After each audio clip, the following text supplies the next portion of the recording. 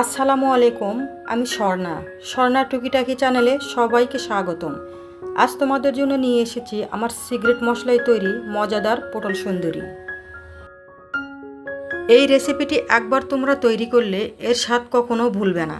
তাহলে চলুন দেরি না করে শুরু করে দেই কিভাবে খুব সহজে এবং ধাপে ধাপে তৈরি করব আজকের এই বিশেষ রেসিপি।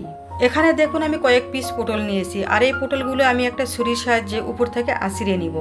তোমরা চাইলে এই কাজটা বটি দিয়েও করতে পারো। রেসিপি ভালো লাগলে একটা লাইক দেওয়ার অনুরোধ রইল, আর কমেন্টে তোমাদের সুন্দর মতামত জানিয়ে দিবে।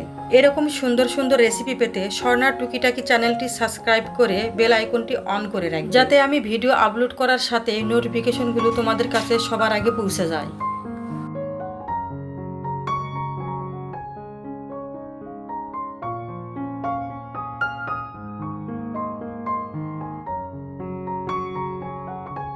তোমাদের সাথে কথা বলতে বলতে পটলগুলো আমার আঁচড়ে নেওয়া হয়ে গেছে। এবার দুই সাইডের অংশগুলো কেটে নিব।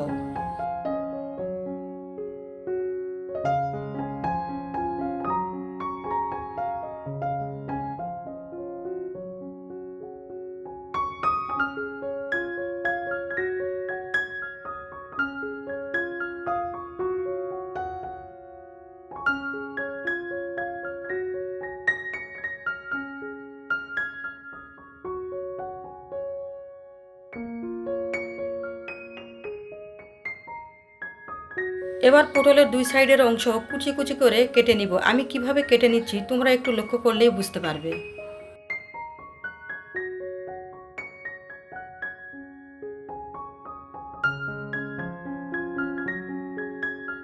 এবার দেখো সব পটলগুলো কিন্তু আমি একইভাবে কেটে নিয়েছি, আর হাত দিয়ে পটলে চাপ দিলে কতটা নরম মনে হচ্ছে।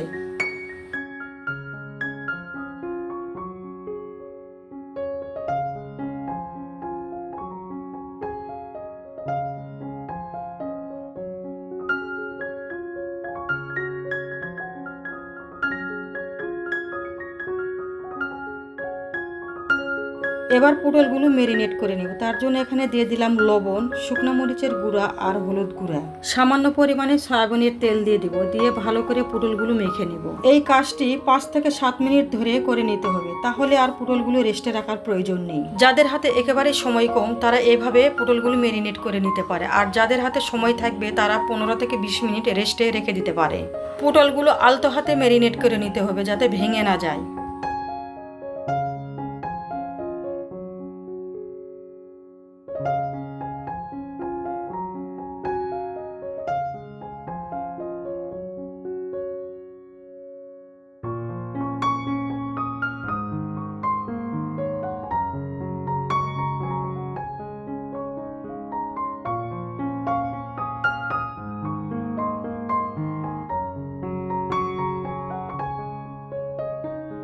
এবার দেখো পটলগুলো আমার মেরিনেট করে নেওয়া হয়ে গেছে। এবার ভেজে নিব।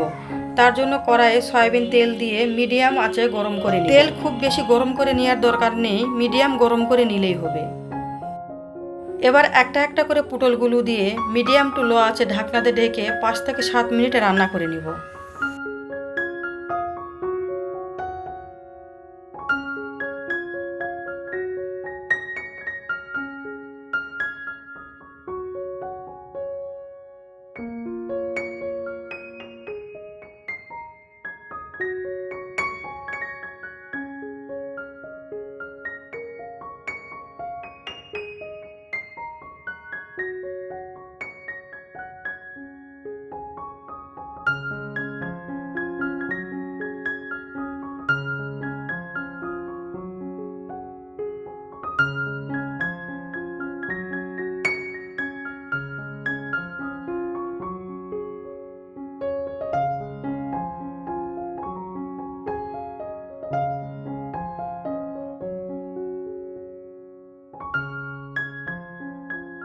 এভাবে পটলগুলো ঢাকনাতে ঢেকে রান্না করে নিলে পটলগুলো খুব দ্রুত সিদ্ধ হয়ে আসবে, আর মশলাগুলো পটলের মধ্যে ঢুকে যাবে।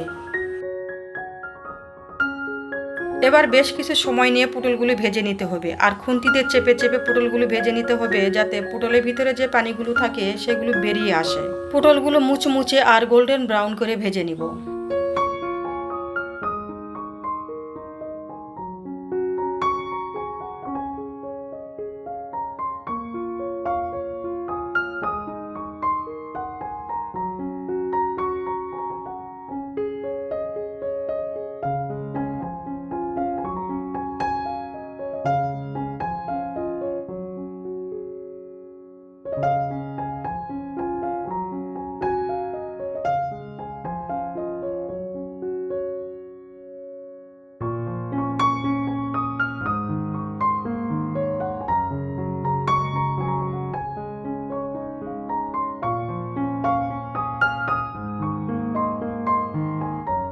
এবার দেখতেই পাচ্ছ পটলগুলো গোল্ডেন ব্রাউন করে ভেজে নেওয়া হয়ে গেছে। এগুলো একটু প্লেটে উঠিয়ে নিব।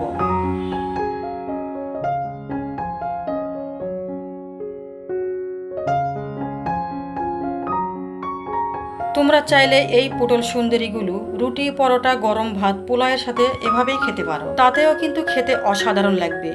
কিন্তু আমি এই পটল সুন্দরীগুলো একটু সিক্রেট মশলায় রান্না করে নেব, এতে করে এর স্বাদ আরও দ্বিগুণ বেড়ে যাবে। এখানে আমি পেঁয়াজ কুচি দিয়ে দিলাম। পেঁয়াজ কুচিগুলো গোল্ডেন ব্রাউন করে ভেজে নিব।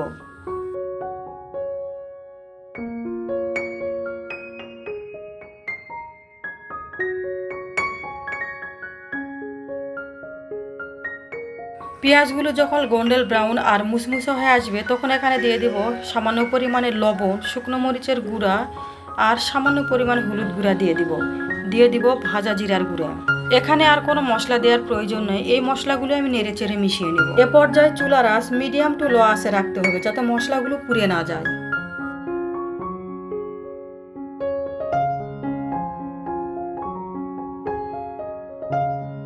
মশলাগুলো হালকা নেড়ে চেড়ে নিয়ে পটল সুন্দরীগুলো দিয়ে দিব, দিয়ে ভালো করে মিশিয়ে নেব।